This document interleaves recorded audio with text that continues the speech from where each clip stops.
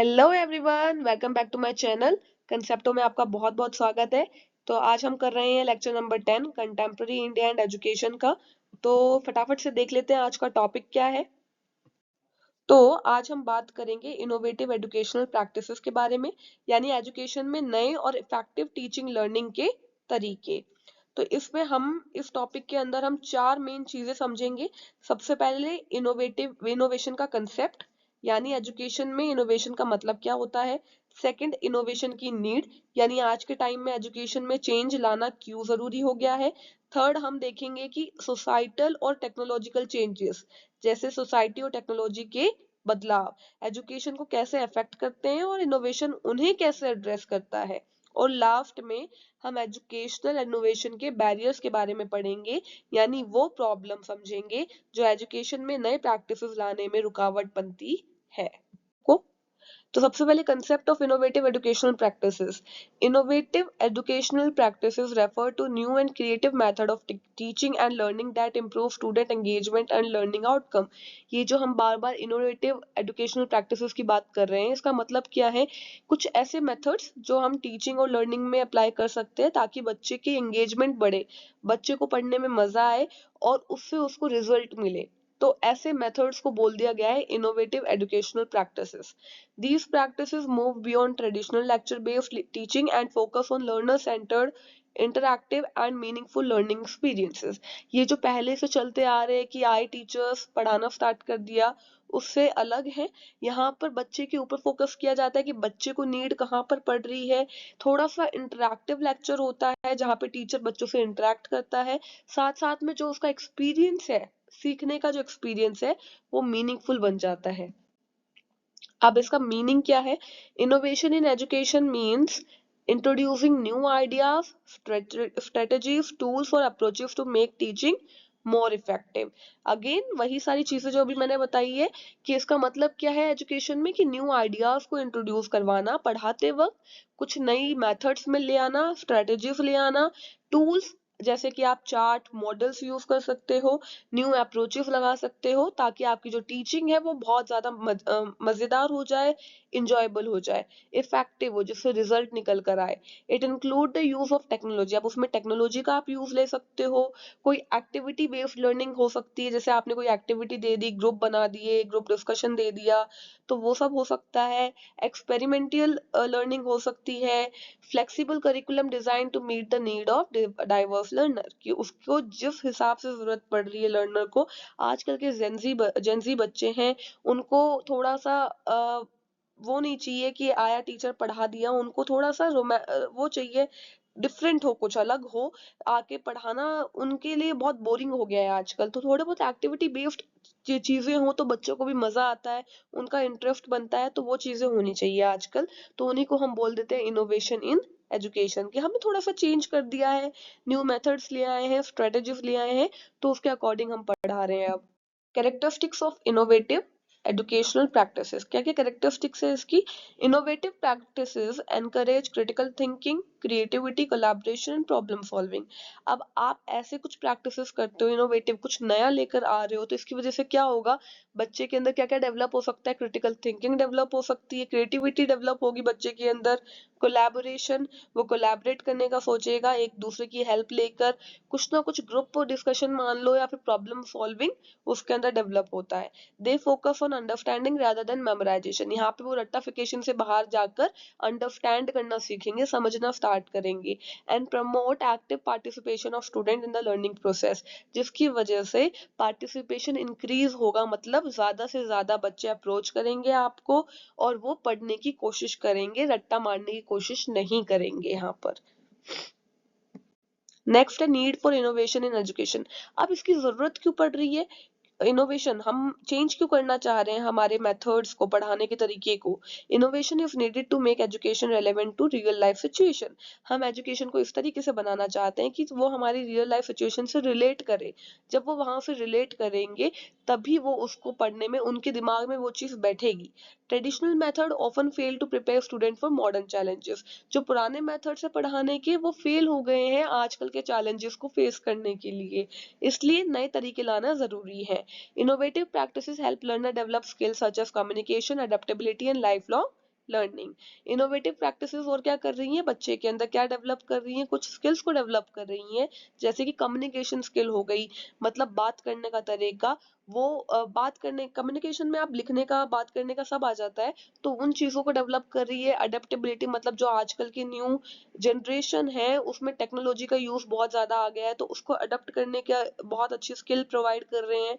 साथ में life long learning भी डेवलप कर रहे हैं बच्चे के मन में। इनोवेशन फॉर क्वालिटी इंप्रूवमेंट, साथ साथ में क्यों हो रहा है इनोवेशन, क्वालिटी को इंप्रूव करने के लिए, एजुकेशन की क्वालिटी को इंप्रूव करने के लिए। Educational innovation improve the quality of education by making learning more engaging and effective. कैसे बना रहा है, क्वालिटी कैसे इंप्रूव हो रही है, लर्निंग को एंगेज बनाने से। एंगेज मतलब कि बच्चे पार्टिसिपेट कर रहे हैं, ऐसा नहीं कि बच्चे बोर हो रहे हैं, आप बोलते जा रहे हो बच्चे सुन नहीं रहे हैं, बच्चे अपने खोए हुए हैं, अपना काम करे जा रहे हैं, नहीं। यहाँ पे बच्चे साथ साथ में पार्टिसिपेट कर रहे हैं, आपसे खुद एक तरीके से डिस्कशन हो रहा है यहाँ पर।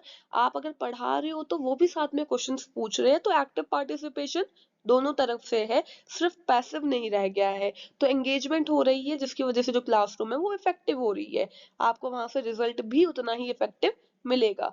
It helps teacher address different learning style and abilities, leading to better academic performance and personal growth of student. इसकी वजह से टीचर क्या क्या कर पा रहा है, बच्चे के अंदर बहुत सारी स्किल्स डेवलप कर रहा है, उनकी एबिलिटीज को बाहर निखार कर लेकर आ रहा है, जिसकी वजह से जो उसके एकेडमिक परफॉर्मेंस है वो बेटर हो जाएंगे, और उसके बच्चे के अंदर एक पर्सनल ग्रोथ भी डेवलप होगी। Addressing societal change through innovation, innovation मतलब चेंजेस के थ्रू हम सोसाइटल चेंजेस भी लेकर आ रहे हैं। Society is constantly changing due to globalization, cultural diversity and economic development. Economic development मतलब कि जैसे जैसे लोग अमीर हो रहे हैं, या फिर उनके पास पैसे आ रहे हैं, या फिर मतलब कि हमारा इंडिया भी डेवलप हो रहा है, तो दैट इज इकोनॉमिक डेवलपमेंट। तो ये इकोनॉमिक डेवलपमेंट के साथ साथ कल्चरल डाइवर्सिटी, मतलब कल्चर चेंज हो रहा है। ग्लोबलाइजेशन, आप बाहर जाकर भी आजकल जॉब की जा रही है, ग्लोबल वाइज जॉब की जा रही है, बाहर जाके लोग पढ़ रहे हैं, हमारे यहाँ के लोग बाहर जाके पढ़ रहे हैं, तो दैट इज ग्लोबलाइजेशन। तो सोसाइटी जैसे जैसे इन सब चीजों की वजह से चेंज हो रही है, इनोवेटिव एजुकेशनल प्रैक्टिसेस हेल्प, तो इनोवेटिव एजुकेशन बच्चों की हेल्प करेगी इन सोशल वैल्यूज को समझने में, सिटीजनशिप को समझने में, इक्वालिटी, सोशल रिस्पॉन्सिबिलिटी को समझने के लिए, ताकि वो प्रिपेयर करेगी कि वो एक पॉजिटिव साइड दिखा सके सोसाइटी को, और खुद भी कुछ कंट्रीब्यूट करे सोसाइटी की तरफ, एक अच्छा इंसान बने। इन सब चीजों में भी हेल्प करेगी innovation. Education and changing social needs, modern society require individual who can think independently and work collaboratively। Modern society, आजकल की सोसाइटी को ऐसे लोग चाहिए, ऐसे इंडिविजुअल चाहिए जो खुद की तरफ से सोचे, जो दूसरों पे डिपेंड ना हो, अपना इंडिपेंडेंट उनकी एक सोच हो, और कोलैबोरेटिवली मतलब कि एक दूसरे के साथ मिलकर काम कर सके, cooperatively. Innovation in education promote social skill, अब जब इनोवेशन आएगी तो इनोवेशन एजुकेशन में लाकर हम क्या प्रमोट कर रहे हैं, सोशल स्किल को भी प्रमोट कर रहे हैं, एथिकल वैल्यूज बढ़ा रहे हैं बच्चों के अंदर। सोशल इश्यूज जो है हमारे सोसाइटी में, जितने भी प्रॉब्लम्स क्रिएट हो रही हैं, इश्यूज है, उसकी अवेयरनेस बच्चों को दे रहे हैं साथ साथ में, जिसको जो क्या करता है, लर्नर की हेल्प करता है, ताकि वो सोशल चेंज, जितने भी सोसाइटी में चेंज हो रहे हैं उसको अडॉप्ट कर पाए। तो मतलब कि एक तरीके से हम इस एक ऐसा इंडिविजुअल तैयार कर रहे हैं इनोवेशन की हेल्प से, जो बच्चा बाहर जाकर हमारी सोसाइटी में जितने भी चेंजेस हो रहे हैं उसको अडॉप्ट कर सके, वहां पे कंधे से कंधा मिलाकर चल सके, लेफ्ट आउट फील ना करे। Addressing technological changes in education. Technological advancement have transformed the way people learn and work. जैसे आजकल के लोग काम करते हैं, पढ़ते हैं, टेक्नोलॉजी ने उनका पूरा ट्रांसफॉर्मेशन कर दिया है, बिल्कुल चेंज कर दिया उनका तरीका। पहले के लोग जैसे पढ़ते थे, काम करते थे, आजकल के लोग वैसे नहीं काम करते।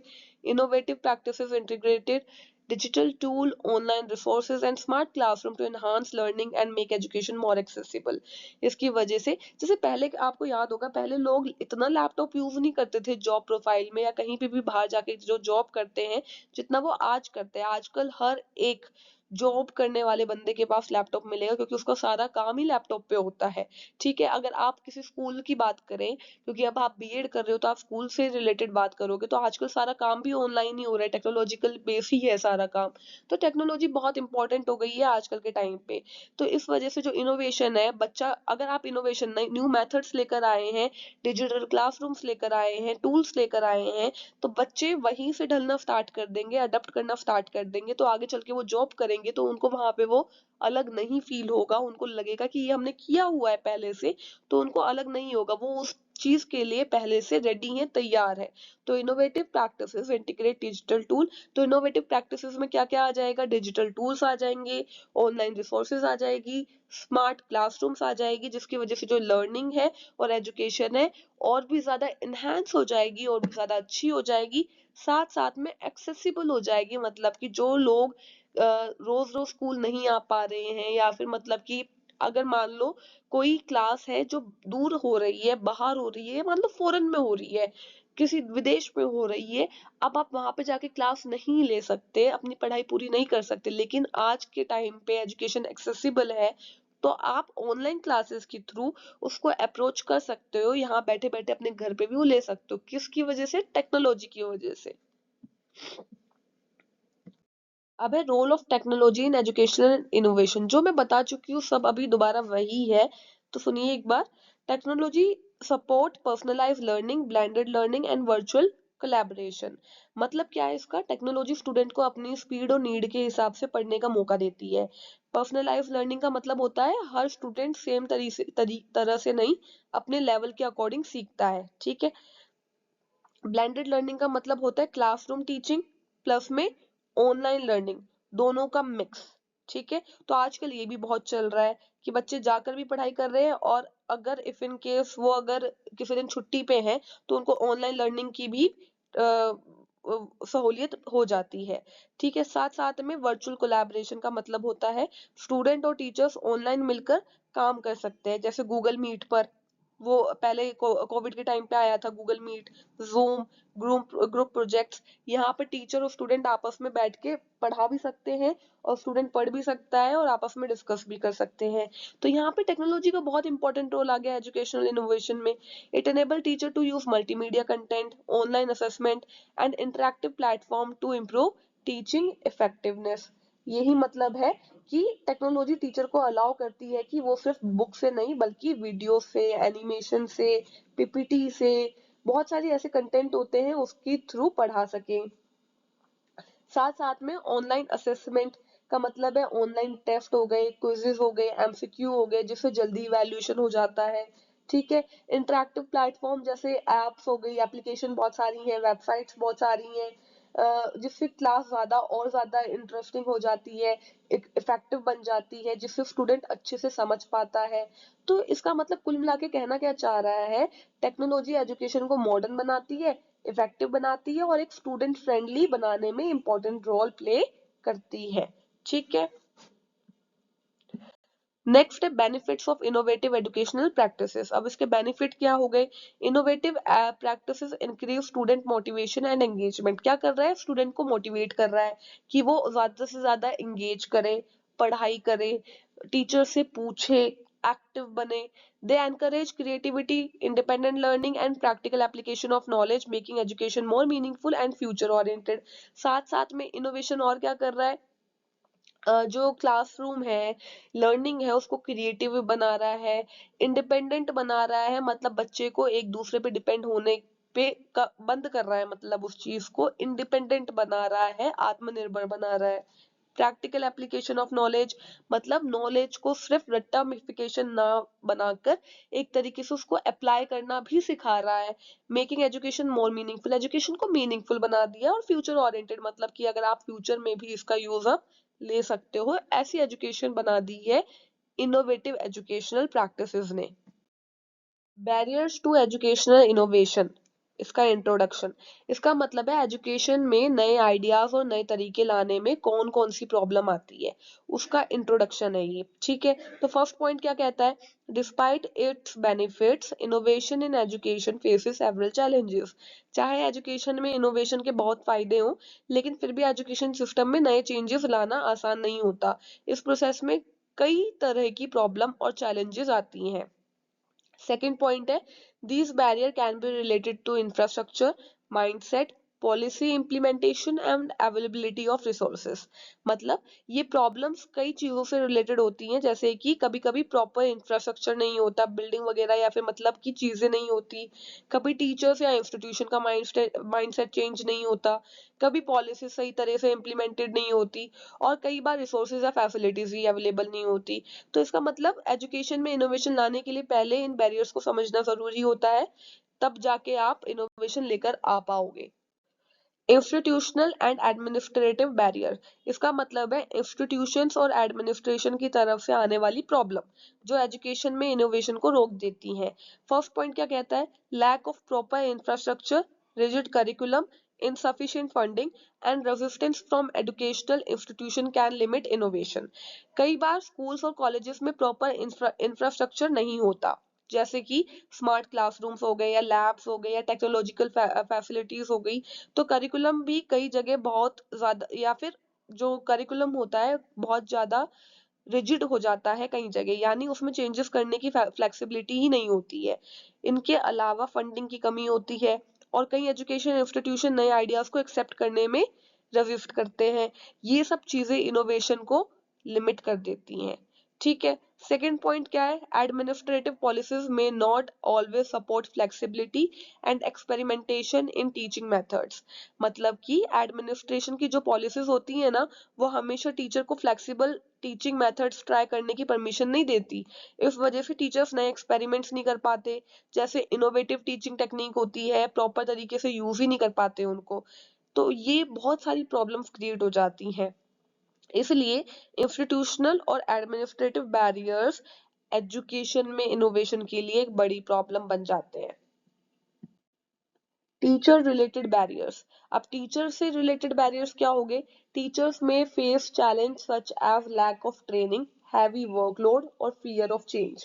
मतलब टीचर्स को ही ट्रेनिंग नहीं मिल पाती, कम ट्रेनिंग होती है उनके पास, तो टीचर्स ही फुल ट्रेन नहीं होते। उनको इतना ज्यादा काम दे दिया जाता है तो वो करेंगे क्या, उनके दो ही तो हाथ है, तो वो कितना काम कर लेंगे, तो वर्कलोड बहुत ज्यादा हो जाता है। फियर ऑफ चेंज, चेंज होने का डर वो भी उनके अंदर बहुत ज्यादा रहता है, तो ये बैरियर हो जाता है। Without proper professional development and support it become difficult for teacher to adopt innovative practices. अब उन्होंने पढ़ाई तो अपने टाइम पे की हुई है ना, तो अब जब नए चेंजेस आ रहे हैं, इनोवेशन आ रहे हैं, तो उनके लिए भी डिफिकल्ट हो जाता है उन चेंजेस को अडॉप्ट कर पाना। तो ये बहुत बड़ी प्रॉब्लम हो जाती है टीचर्स के लिए भी। Technological and social barriers. अब इसका मतलब है टेक्नोलॉजी और सोसाइटी से जुड़ी हुई प्रॉब्लम जो एजुकेशन में इनोवेशन को अफेक्ट करती है। फर्स्ट पॉइंट क्या कहता है, limited access to technology, digital divide and lack of technical skill among teacher and student create obstacle to innovation. अरे बहुत इंपॉर्टेंट पॉइंट है। कई जगह स्टूडेंट और टीचर के पास टेक्नोलॉजी का प्रॉपर एक्सेस ही नहीं होता, जैसे कंप्यूटर नहीं होता, इंटरनेट या स्मार्ट डिवाइसेस नहीं होते। तो डिजिटल डिवाइड का मतलब होता है कुछ लोग टेक्नोलॉजी यूज कर पाते हैं और कुछ लोग नहीं कर पाते। इस गैप की वजह से इनोवेशन सब तक पहुंच ही नहीं पाता। इसके अलावा अगर टीचर और स्टूडेंट के पास टेक्निकल स्किल की कमी हो, तो नए एजुकेशनल टूल्स यूज करना मुश्किल हो जाता है उनके लिए, जो इनोवेशन के लिए एक बहुत बड़ी प्रॉब्लम बन जाता है। Next is social factors such as inequality and lack of awareness also affect implementation। Social factors भी एजुकेशन में इनोवेशन को अफेक्ट करते हैं, जैसे सोसाइटी में इनइक्वालिटी, भेदभाव, यानी सबको बराबर अपॉर्चुनिटीज नहीं मिलती है, और कई जगह लोगों में अवेयरनेस की ही कमी होती है, जिस वजह से नए एजुकेशनल प्रोग्राम और आइडियाज प्रॉपर तरीके से इम्प्लीमेंट नहीं हो पाते। तो ये बहुत बड़ी प्रॉब्लम है। तो इसलिए टेक्नोलॉजिकल और सोशल बैरियर एजुकेशन में इनोवेशन के रास्ते में एक बहुत बड़ी रुकावट बन जाते हैं। अब आता है overcoming barriers to educational innovation. कैसे इनको ओवरकम कर सकते हैं हम, मतलब एजुकेशन में इनोवेशन के रास्ते में जो प्रॉब्लम्स आती है ना, उन्हें कैसे दूर किया जा सकता है। तो फर्स्ट पॉइंट है Barrier can be reduced through proper training, supportive leadership, adequate funding and positive attitude towards change. मतलब एजुकेशन में आने वाली प्रॉब्लम्स को कम किया जा सकता है अगर टीचर्स और स्टाफ को प्रॉपर ट्रेनिंग दी जाए, साथ ही अगर लीडरशिप सपोर्टिव हो, यानी प्रिंसिपल और एडमिनिस्ट्रेटर्स टीचर्स जो होते हैं ना, मतलब वो लोग साथ दे टीचर्स का, तो इनोवेशन आसान हो जाती है। इसके अलावा एडुकेट फंडिंग यानी सफिशिएंट पैसा और चेंज को एक्सेप्ट करने का पॉजिटिव एटीट्यूड बैरियर्स को कम करने में मदद करता है। सेकेंड पॉइंट है continuous professional development and policy support are essential for successful innovation. मतलब टीचर्स का कंटिन्यूस प्रोफेशनल डेवलपमेंट होना बहुत जरूरी होता है, यानी टाइम टाइम पर ट्रेनिंग, वर्कशॉप्स और स्किल डेवलपमेंट किया जाना चाहिए टीचर्स का। साथ ही अगर गवर्नमेंट और इंस्टीट्यूशनल पॉलिसीज का सपोर्ट हो ना, तो एजुकेशनल इनोवेशन सक्सेसफुली इम्प्लीमेंट भी हो पाता है। तो भाई साहब कंक्लूजन क्या निकल कर आता है? तो innovative educational practices are essential to meet the demand of a changing society and technological world. कि अगर आप चेंजेस लेकर आ रहे हो एजुकेशन प्रैक्टिस में, तो वो बहुत जरूरी है आजकल की डिमांड्स को पूरा करने के लिए और सोसाइटी की चेंज को अडॉप्ट करने के लिए। By addressing challenges and promoting creativity and flexibility, innovation can significantly improve the quality and relevance of education. कैसे? आजकल के चैलेंजेस को फेस करने के लिए और आजकल की क्रिएटिविटी, जितनी लोगों के अंदर क्रिएटिविटी भरी हुई है ना आजकल के बच्चों के अंदर, उनके अंदर जितनी फ्लेक्सिबिलिटी भरी हुई है, उनको फेस करने के लिए, उनके साथ चलने के लिए इनोवेशन बहुत जरूरी है, चेंजेस बहुत जरूरी है। ठीक है, तो ये क्या करता है? एजुकेशन की क्वालिटी को इम्प्रूव करता है, उसको और इनोवेट बनाता है और इफेक्टिव बनाता है। So end of the video, thank you so much for watching this video. अगर आपको अच्छी लगी हो तो प्लीज लाइक कर दीजिएगा, मेरे चैनल को सब्सक्राइब कर दीजिएगा और शेयर कीजिए जितना ज्यादा पॉसिबल हो सके। लोगों का भला कीजिए, बीएड वाले बच्चों का भला कीजिए, इंग्लिश मीडियम वाले बच्चों का भला कीजिए। सो धन्यवाद, टाटा, बाय बाय, आपको नेक्स्ट वीडियो में मिलते हैं।